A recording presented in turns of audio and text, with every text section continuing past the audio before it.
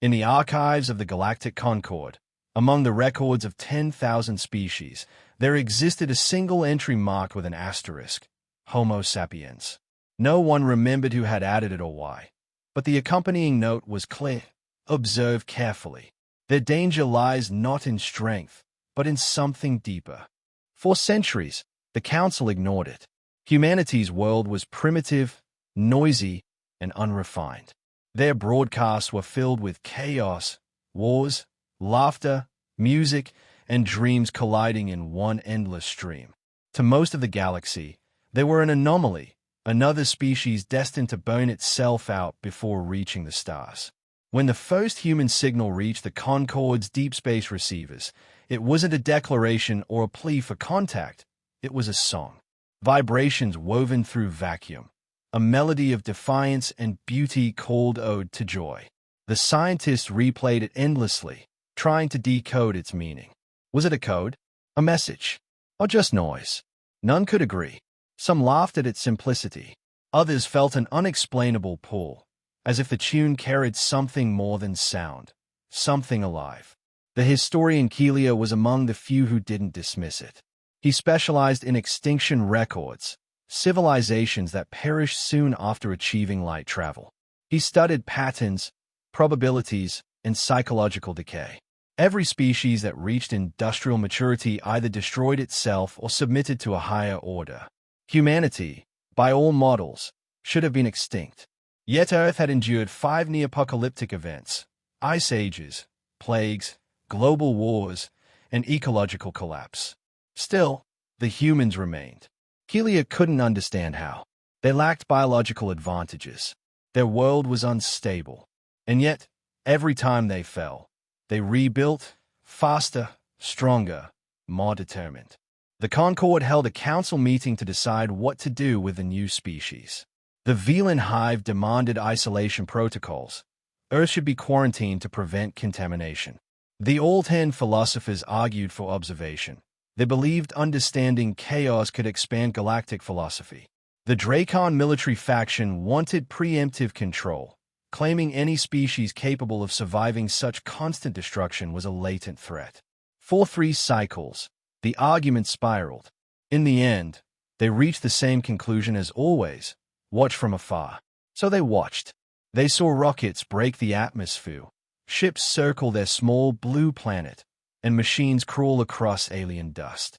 They listened to human transmissions, fragments of laughter, shouts, and whispered prayers traveling through cold void. Unlike most young species, humans spoke not to announce themselves, but to express wonder. "Hello, whoever you are," one message said. "We just want to know we're not alone." No calculation, no strategy, just curiosity. That frightened the Concord more than any weapon. Curiosity was uncontrollable. Keelia wrote his first report. Species 6721 shows accelerated adaptability. Emotional volatility extreme. Sociocultural evolution unpredictable. Displays collective memory despite disunity. He presented his findings, but most dismissed him. "They are children playing with fire," one delegate said. "Let the flames consume them." But Keelia disagreed. "Children do not play with extinction," he replied. "They survive it." As Earth's first FTL drive test neared success, the Concord prepared contingency plans. Containment fleets were positioned near Sol's edge. No species had ever crossed that threshold without the Council's permission.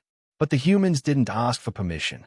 The Odyssey, one launched silently, its destination unknown. When it tore through subspace barriers, sensors across the quadrant screamed with distortions. The impossible had happened. An unapproved species had entered the interstellar map.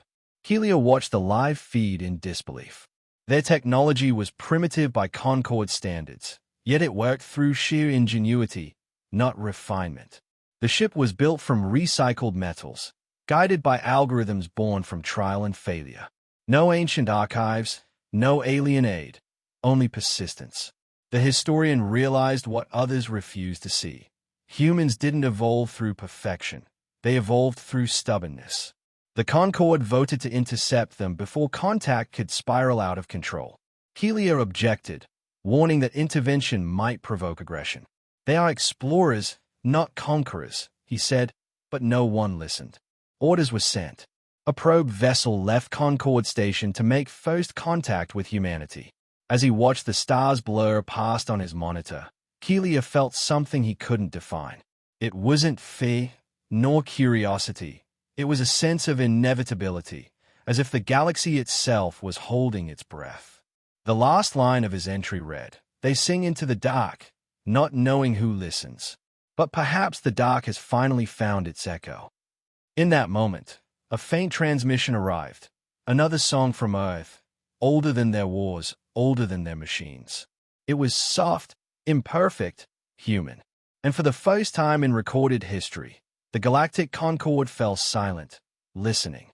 No data, no logic, just the unshakable realization that somewhere on that small, fragile world, a species had done the one thing no civilization before them ever did. They looked into the void and smiled. The first contact between humanity and the Galactic Concord was never meant to be equal. The Concord's envoy ship, a marvel of crystalline design and infinite precision, approached the human vessel Odyssey 1 with the calm assurance of superiority. Every past encounter had gone the same way. The new species bowed, signed the treaties, and took their place as another obedient member of the galactic hierarchy. But the humans didn't bow. They waved. Captain Elena Ward stood at the bridge, staring at the alien vessel as if it were a curiosity from a museum, not a symbol of an empire. Her voice was steady when she opened the channel. "Welcome to our part of the void," she said. "You must have come a long way." The translator took several seconds to process the human's informal tone. On the Concord ship, the envoy Keelia felt a flicker of disbelief. This was not fair. This was conversation. The aliens began their standard protocol, speaking of peace, compliance, and mutual benefit. They reminded humanity of the rules, expansion boundaries, technological limitations, behavioral guidelines. Elena listened quietly, her crew exchanging uncertain glances. When they finished, she simply asked, "And what happens if we say no?" The envoy faltered. No one had ever asked that. Refusal was unthinkable. Keelia studied the human's expression and saw neither arrogance nor rebellion, just calm curiosity, like someone asking about the weather. The meeting continued with guarded tension. The aliens asked about human wars, their environmental failures, their near extinctions. "You have nearly destroyed yourself many times," one of the envoys said. "Why continue the cycle?" Elena smiled faintly. "Because we learn every time we fall. You see our scars as weakness. We see them as memory." Her voice carried a weight beyond data or diplomacy. The words struck Keelia more deeply than he expected. He recorded them in his log without knowing why. During the exchange, a containment error rippled through the alien vessel. A reactor core malfunction released bursts of radiation across the docking chamber. Emergency fields activated, but several alien technicians were trapped. The humans reacted before anyone could issue orders. 2 crew members from Odyssey, one crossed the barrier manually, sealing the breach with their own suits. The radiation alarm screamed. The Concord officers shouted for them to stop. They didn't. One of the humans, Lieutenant Morales, stayed until the last second, forcing the safety locks into place even as his vitals spiked. When the chamber sealed and the atmosphere cleared, he collapsed. The aliens rushed to scan him, bewildered. He had saved lives that weren't his own, from a species he had met minutes ago. "Why would he do this?" one asked. Elena's voice broke slightly. "Because that's what we do. We don't measure worth before we act." Keelia stood silent among the chaos, recording every moment. He had witnessed countless civilizations, seen them wage wars, form alliances, and crumble under logic's cold weight. But this was different. The humans had no strategic reason, no benefit to gain, only an instinct that defied calculation. They risked everything for strangers, as if empathy itself were a biological weapon. Later, when communication resumed, Keelia spoke privately with Elena. "You risked your people for ours," he said. "We would not have done the same." She looked at him, weary but calm. "Maybe that's why we're here, to remind you what it means to care without reason." Her words lingered long after the call ended. In his report, Keelia noted, Species 6721 demonstrates irrational altruism. Predictive models fail to capture motivation. Possible genetic anomaly. Emotional coherence under duress. Conclusion. Humanity operates beyond known parameters of survival logic. He paused, then added something no historian ever had. Recommendation. Do not provoke. The Concord reviewed the encounter. Some dismissed it as luck. Others called it manipulation. But the recorded footage told a different truth. The image of humans carrying injured aliens through smoke, shielding them with their fragile bodies, refusing to retreat.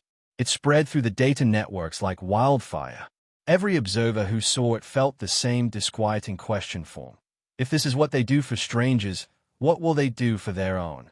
Keelia replayed the footage again before filing it into the archives. The humans' faces were smeared with ash, their voices hoarse but steady. No anger, no demand for thanks. Just quiet relief that everyone was alive. For the first time, the historian felt a faint tremor in his certainty about the galaxy's hierarchy. Maybe intelligence wasn't measured in logic or longevity. Maybe it was measured in how much pain a species could endure without losing its compassion. The Concord adjourned the session with no decision. But among the whispered debates and silent transmissions, one truth began to spread. A whisper that unsettled even the most ancient empires. Humans were not to be classified as conquerors or victims. There was something else entirely.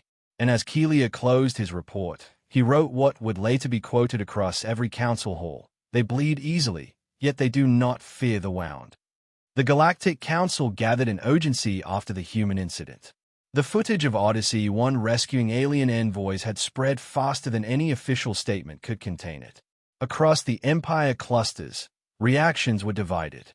Some called humanity noble, others dangerous.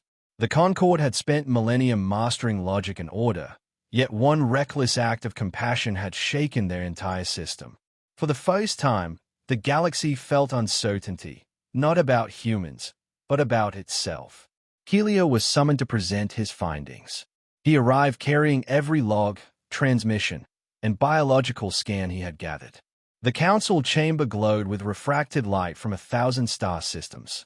The humans, he began, are not what we expected. Their capacity for empathy rivals their capacity for destruction. They exist in contradiction. The delegates argued that such instability could not be trusted. They will fracture the balance, one hissed. Emotion without control breeds chaos. Keelia simply replied, perhaps it also breeds life. At the same time, reports arrived from the frontier. A minor empire, the Zorian Dominion, had attacked a human colony established on a barren moon, seeking to test the so-called unpredictable species. The Concord refused intervention, claiming neutrality. They assumed the humans would surrender, negotiate, or perish. Instead, what happened became the most recorded event in galactic history. When the Zorian fleet struck, the colony didn't panic. Civilian freighters became rescue shuttles, engineers became medics, and children carried supplies through shelters without command.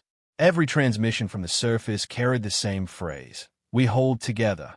The first defense ships arrived late, under-equipped and outnumbered, but their coordination defied logic. The pilots flew like extensions of a single will, sacrificing themselves to shield transports, adapting faster than predictive models could track. To the observers, it looked less like a military defense and more like instinct. Collective resilience turned into action. The Zorians soon found themselves overwhelmed, not by superior firepower but by the sheer refusal of humans to yield. Even when the invaders' ships began to break apart, the humans broadcast evacuation routes for their enemies. "Leave your wounded, we'll treat them," a voice declared across open channels. The message reached millions. The entire galaxy watched in disbelief as humans saved those who had tried to kill them. It was the first time a war ended with both sides alive and changed. The Concord demanded an explanation. How could a species so young act with such unity and restraint? The most advanced AI models couldn't simulate it. When interrogated, the human ambassador simply said, "Because we've seen too much of what hate does. Survival isn't enough if it costs your soul." To them, compassion wasn't strategy. It was the last line between civilization and extinction. Keelia reviewed his data again and again. He compared human evolution to hundreds of known species. Every civilization in history that reached interstellar capability had shed emotion for logic, mercy for order. Humanity had done the opposite. They had carried their chaos into the stars and turned it into strength. Their wars had not broken them. They had taught them to value peace through pain. When the council met again, the tone was different. Fear replaced arrogance. The elder species whispered that humans were a catalyst race, a force that destabilized equilibrium wherever it existed. The Valcor AI collective even ran simulations predicting that within 2 centuries, human philosophy would spread faster than their technology, rewriting the moral codes of entire sectors. Yet no one could find a way to stop it. The idea of humanity had already escaped containment. Keelia stood before the assembly once more. "We built an empire on logic," he said quietly, "but perhaps we mistook peace for silence. Humanity is the noise that reminds us we are still alive." His report concluded with a line that would become legendary. "They are not conquerors of worlds. They are conquerors of despair." After the Zoran conflict, the galaxy watched humanity differently, not as a threat to order, but as a mirror reflecting everything the Concord had forgotten: courage, kindness, defiance, and the will to start again even after failure. Empires that once dismissed them began to send envoys, not to control them, but to understand them. Keelia, now an observer stationed near Earth, sent his final note to the archives that cycle. Every attempt to categorize them fails. They are contradiction incarnate, a balance between fury and forgiveness. If survival were merely strength, they would have perished long ago. Their power lies in something we cannot measure: the ability to endure, not as individuals, but as a shared heartbeat. As the last lines of his message transmitted, Keelia realized the truth no calculation could deny. The galaxy had not witnessed the rise of a new empire. It had witnessed the reawakening of meaning. And somewhere beyond the stars, the humans continued forward, unaware that they had already altered the destiny of countless worlds. Years passed, and the galaxy changed in ways no one had predicted. Where once the Concord ruled through order and fear, now it found itself transformed by an idea that refused to fade: the idea of humanity. Empires that had never spoken before began to trade. Rival species cooperated on colonies once thought impossible to share, and across the data networks, a phrase spread like wildfire: "We hold together." The humans hadn't conquered through force. They had conquered through example. Every civilization that came into contact with them found itself altered, not by technology or domination, but by perspective. Keelia, now old and frail, watched this transformation unfold from the Concord's central archive. His once sterile records of wars and treaties were now filled with notes of compassion, courage, and resilience, all concepts humanity had revived.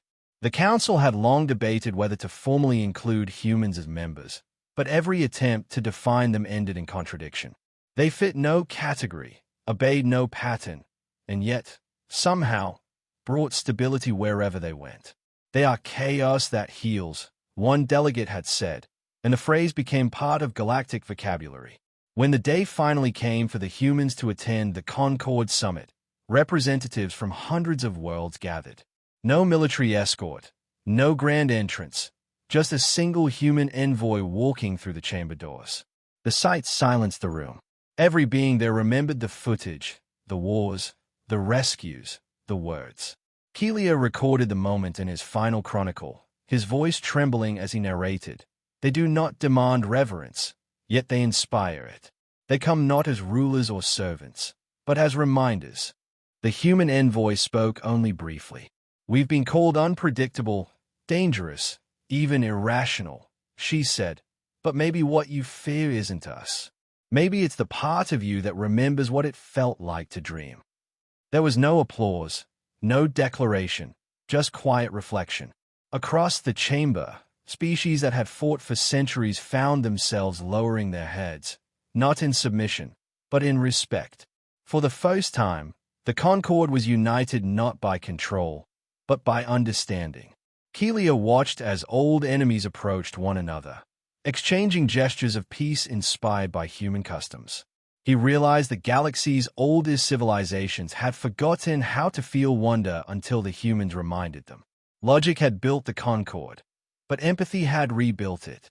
The historian finally understood what his data had been trying to tell him for years. Humanity's true power was never in their weapons, nor their intellect. It was in their refusal to abandon hope. In his last official report, Keelia wrote, "Humanity is the universe's paradox. They are soft yet unbreakable, fleeting yet eternal, chaotic yet purposeful. Every world they touch begins to remember what it means to live." He sealed the record with his final observation. When the galaxy discovered humanity, it rediscovered itself. The words would echo through future generations as the defining truth of the new age. After the summit, something subtle shifted across the stars. The Valcor AI Collective, once emotionless, began integrating empathy algorithms modeled on human psychology. The Dracon warrior clans adopted ceasefire rituals inspired by human memorials. Even the distant hive species began composing what they called harmonies, shared expressions of thought resembling music. Humanity's influence rippled far beyond their numbers or power. It became a force embedded in the very culture of the galaxy. Back on Earth, the humans barely noticed. They continued building, exploring, and learning, unaware that they had become the moral compass of countless civilizations. To them, helping others was not destiny, it was instinct. They did not see themselves as saviors, only as survivors trying to make the next day better than the last. But in the quiet corners of the cosmos, entire species whispered their gratitude to the little blue planet that had taught them the meaning of perseverance. Keelia's final transmission was sent on the eve of his passing. "We once believed perfection was the highest form of existence," his voice said softly. "Then came the humans, imperfect in every measurable way, yet greater than the sum of all logic. They feel pain and still move forward. They fail, yet they rise. They die, but leave behind something stronger than immortality, memory." His final words, spoken into the cosmic archive, became legend. You wanted to know what humanity truly is. They are the universe learning to feel. Long after his death, a monument was built at the Concord's core, a single phrase engraved in every known language. When the galaxy discovered what humanity truly is, it discovered hope.